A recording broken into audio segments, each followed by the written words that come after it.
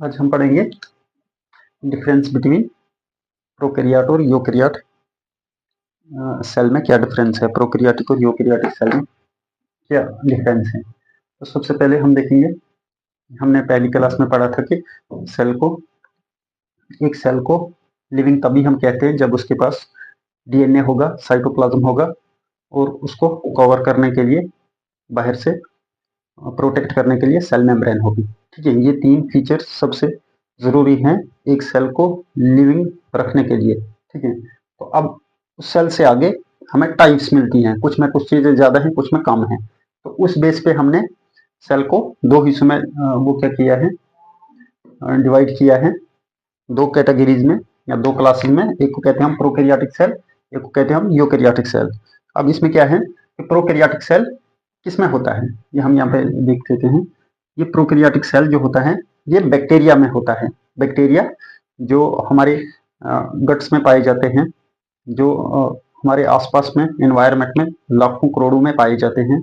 ठीक है, जो हमारे दूध में पाए जाते हैं, जो दही में दूध को कन्वर्ट कर देते हैं। और ये सबसे छोटे हैं, हम अपने आंख से इनको नहीं देख सकते हैं, तभी ये हमें नजर नहीं आते हैं। ठीक है, तो जो उनमें सेल पाया जाता है उसको कहते हैं प्रोकैरियोटिक सेल। किसमें होता है, बैक्टीरिया में। जैसे क्या है, बैक्टीरिया की अगर आप याद रखेंगे, एक होता है लैक्टोबैसिलस।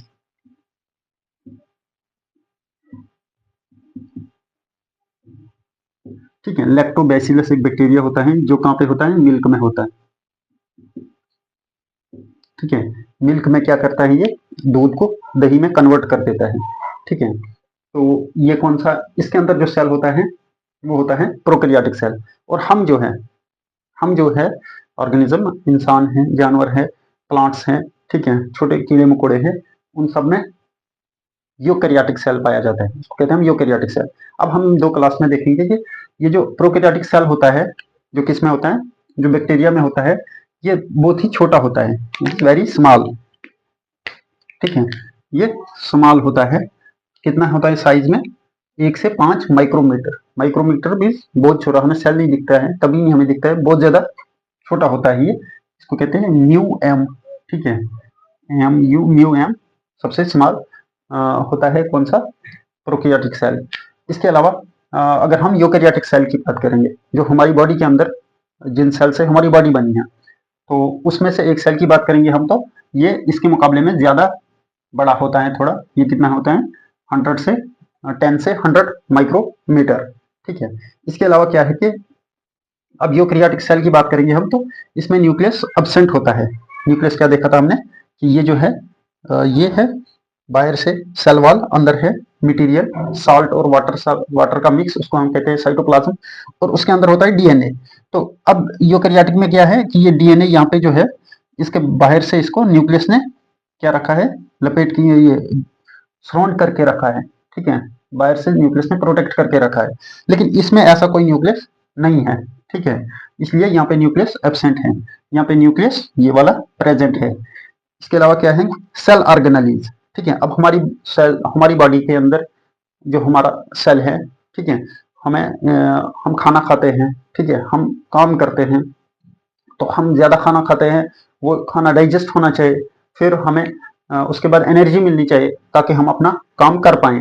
तो उसके लिए सेल को अपनी अपनी एक खास किस्म की मशीनरीज होनी चाहिए। ठीक है, हम जितने किस्म का खाना खाते हैं सब वो डाइजेस्ट हो, फिर हमें एनर्जी भी मिले। तो उसके लिए सेल को बहुत सारी चीजें, या समझो बहुत सारी मशीनें अपने अंदर रखनी है ताकि वो हमें हमारा खाना यूज करके हमें एनर्जी दे। तो उसको कहते हैं सेल ऑर्गेनेलीज। उन सब मशीनों को कहते हैं सेल ऑर्गेनेलीज या सेल कंपार्टमेंट्स, मतलब अपने अपने कमरे, अपने अपने ऑर्गेनेली है। ठीक है, उन कमरों को या मशीनों को कहते हैं सेल ऑर्गेनेली। तो सेल ऑर्गेनेली यहाँ पे प्रेजेंट है, जैसे लाइसोसोम है। ठीक है, ये हमारे अंदर जितने भी मटेरियल है उसको डिग्रेड करता है। राइबोसोम है, क्लोरोप्लास्ट है, प्लांट्स में होता है, तभी फोटोसिंथेसिस करते हैं। इसके अलावा माइटोकॉन्ड्रिया है, ठीक है, हमें एनर्जी बना बना के देता है। ठीक है, इसमें ऐसा कुछ नहीं है, इसमें कोई ऐसी सेल ऑर्गेनेली नहीं मिलेगी आपको। ठीक है, राइबोसोम सेल प्रेजेंट होता है। ठीक है, बाकी जो सेल ऑर्गेनेलीज हैं वो इसमें नहीं होती है, तो तभी कहते हैं सेल ऑर्गेनेली एब्सेंट है, यहाँ पे सेल ऑर्गेनेलीज यहाँ पे प्रेजेंट है, ये वाली सब सेल ऑर्गेनेलीज है। ठीक है, इसके अलावा क्या कहते हैं, सेल वॉल इज प्रेजेंट। ठीक है, यहाँ पे सेल वॉल क्या है कि जब ये सेल को क्या है, ये है सेल वॉल, ये बाहर से हमने जो इसको ये वाली है, ये है सेल वॉल। अब ये बैक्टीरिया बाहर के मौसम में रहता है, ठीक है, इन्वायरमेंट में रहता है, वहाँ इसको बहुत ज़्यादा ठंड भी बर्दाश्त करनी पड़ती है और बहुत ज़्यादा गर्मी भी। ठीक है, हम लोग क्या करते हैं, गर्मी में एसी लगाते हैं, ठंड में हम कम्बल ले लेते हैं, रूम हीटर लगा लेते हैं। तो लेकिन इसको वैसा कुछ नहीं है, इसने हर वक्त बाहर के इन्वायरमेंट में ही रहना है। तो अब क्योंकि ये प्लाज्मा मेम्ब्रेन प्रोटेक्टिव बैरियर का काम करती है, बहुत इंपॉर्टेंट है अपने मटेरियल को मेंटेन करने के लिए, बचा के रखने के लिए। तो इसको खतरा है, ठीक है, ज्यादा गर्मी में ये पिघल भी जा सकती है। ठीक है, सर्दियों में इसके अंदर कुछ चीजें ऐसी आ जा सकती है या फ्रीज हो सकता है, तो ये अपने बाहर से कवरिंग लगा लेती है, उसको कहते हैं सेल वॉल। तो सेल वॉल अब बैक्टीरिया को पास प्रेजेंट है, ठीक है, इसको प्रोटेक्शन देने के लिए। ठीक है, तो सेल वॉल यहाँ पे प्रेजेंट है, यहाँ पे सेल वॉल हम में तो एब्सेंट है, लेकिन प्लांट्स सेम इसी तरीके से जैसे बैक्टीरिया एक्सटर्नल एनवायरनमेंट में रहता है, ऐसे ही प्लांट्स भी एक्सटर्नल एनवायरनमेंट को फेस करते हैं। बहुत सारी, सबसे ज्यादा ठंड को भी फेस करते हैं, सबसे ज्यादा गर्मी को भी बर्दाश्त करते हैं। वो किस वजह से, क्या है कि यहाँ पे सेल वॉल प्रेजेंट होती है, किनमें, प्लांट्स में, और एब्सेंट होती है सेल वॉल किनमें, एनिमल्स में। ठीक है, अब ये यूकेरियोटिक सेल प्लांट्स में भी, एनिमल्स में भी, सब में यूकेरियोटिक सेल पाया जाता है। ठीक है, और बैक्टीरिया में सिर्फ प्रोकैरियोटिक सेल पाया जाता है और इसमें सेल वॉल होती है। इसके अलावा क्या है, राइबोसोम्स। राइबोसोम्स क्या है कि हमारी बॉडी के अंदर प्रोटीन्स बनती है, जैसे हमारे नाखून है, ठीक है, हमारी स्किन है, हमारे बाल है, ये किससे बने हैं, प्रोटीन से बने हैं। तो ये प्रोटीन्स बनाने के लिए सेल के पास क्या होनी चाहिए, राइबोसोम्स होने चाहिए। तो ये राइबोसोम्स प्रोकैरियोट्स में होते हैं, लेकिन होते हैं छोटे, स्मॉल साइज के, 70s टाइप के। ठीक है, ये होते हैं 70s टाइप। हम में यूकेरियोट्स में, मतलब यूकेरियोट्स में भी ये होते हैं लार्ज साइज के, जिसको कहते हैं ETS टाइप। ठीक है, इसके अलावा सेल डिवीजन। सेल डिवीजन कैसे होती है कि ये सेल क्या है, एक है, अब इसने डिवाइड करना है, अपना ही जैसा दूसरा सेल बना लेगा। ठीक है, ये यहां से आएगा, तो ये क्या करेगा, ये इसको डबल करेगा, DNA को डबल कर लेगा, तो यहां से ये टूटने लग जाएगा शुरू। ठीक है, तो ये टूट के एक इस साइड में आ जाएगा, एक उस साइड में आ जाएगा, तो दो सेल बन जाएंगे। तो इस टूटने को कहते हैं फिशन।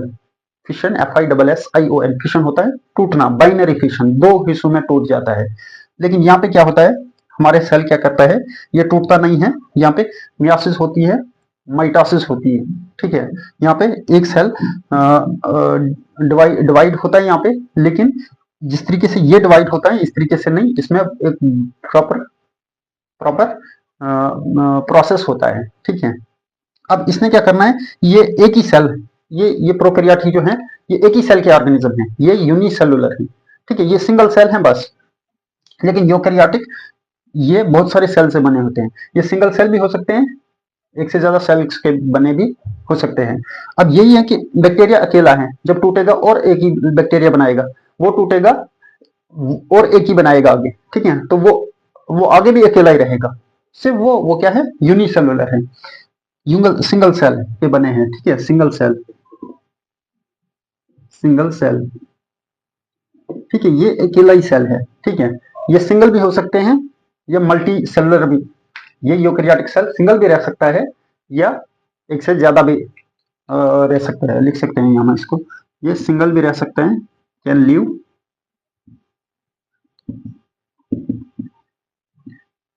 सिंगल,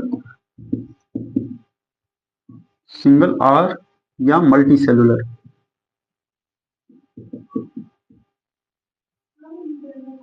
ठीक है, सिंगल और मल्टी सेलुलर का क्या मतलब है कि ये अकेला ही रहता है, अपना टूट के एक और बनाएगा वो भी अकेला रहेगा, वो टूट के और बनाएगा वो भी अकेला रहेगा। लेकिन ये क्या है, सिंगल भी हो सकते हैं, जैसे प्रोकैरियोट, प्रोटिस्टा हम पढ़ेंगे तो वो सिंगल सेल के बने हैं। लेकिन हम तो हमारे अंदर एक छोटा बेबी पैदा होता है तो 1 ट्रिलियन, और एक एडल्ट में 100 ट्रिलियन सेल हो सकते हैं। तो वो 100 ट्रिलियन सेल्स कैसे वो एक दूसरे के साथ जुड़ के रहते हैं। ठीक है, ठीक है, वो सेल एक दूसरे के साथ जुड़ के रहते हैं तो मल्टी सेलुलर बनाते हैं। तो ये यूकेरियोटिक सेल अकेला भी रह सकता है या बहुत सारे भी इकट्ठे रह सकते हैं, ट्रिलियंस में भी, लेकिन ये प्रोकैरियोटिक सेल हमेशा सिंगल रहेगा। ठीक है, अब यही है इसका कि जेनेटिक में ये डीएनए है इसका, ठीक है, साइटोप्लाज्म है इसका, इसका भी साइटोप्लाज्म, इसका भी साइटोप्लाज्म, इसके पास भी सेल मेम्ब्रेन, इसके पास भी सेल मेम्ब्रेन, इसके पास भी डीएनए होता है जिसको न्यूक्लियोइड कहते हैं। ठीक है, इसको कहते हैं न्यूक्लियोइड, जहाँ पे डीएनए होता है, लेकिन यहाँ पे डीएनए न्यूक्लियस के अंदर रहता है। ठीक है, ये है डीएनए इस न्यूक्लियस के अंदर।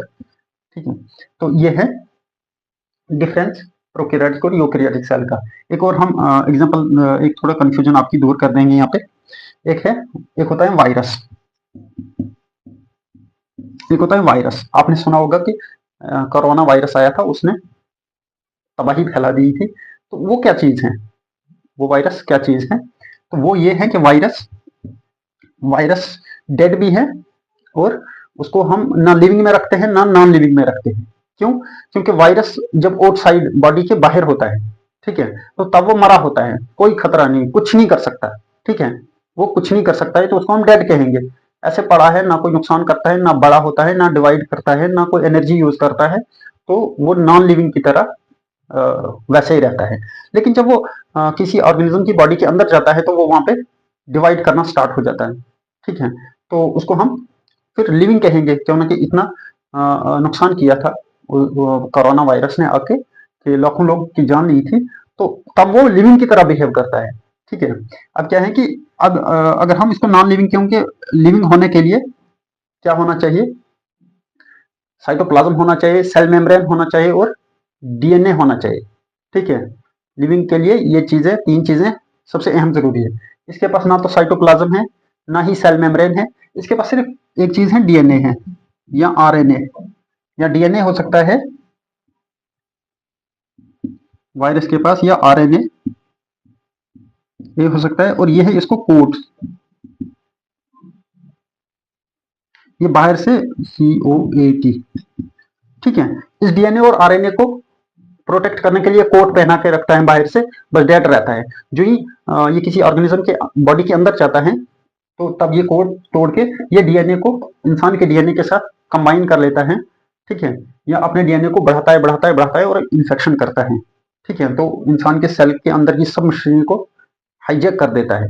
तो ये क्या है कि ये होता है वायरस का, आप कंफ्यूजन ना हो कि इसको कहते हैं फिर हम ये लिविंग भी है और नॉन लिविंग भी है, तभी इसको कहा जाता है connecting link. CONNECTING, connecting link है किसके बीच? Between living and non living organism. ठीक है, वायरस क्या है? कनेक्टिंग लिंक है between living and non living के बीच में।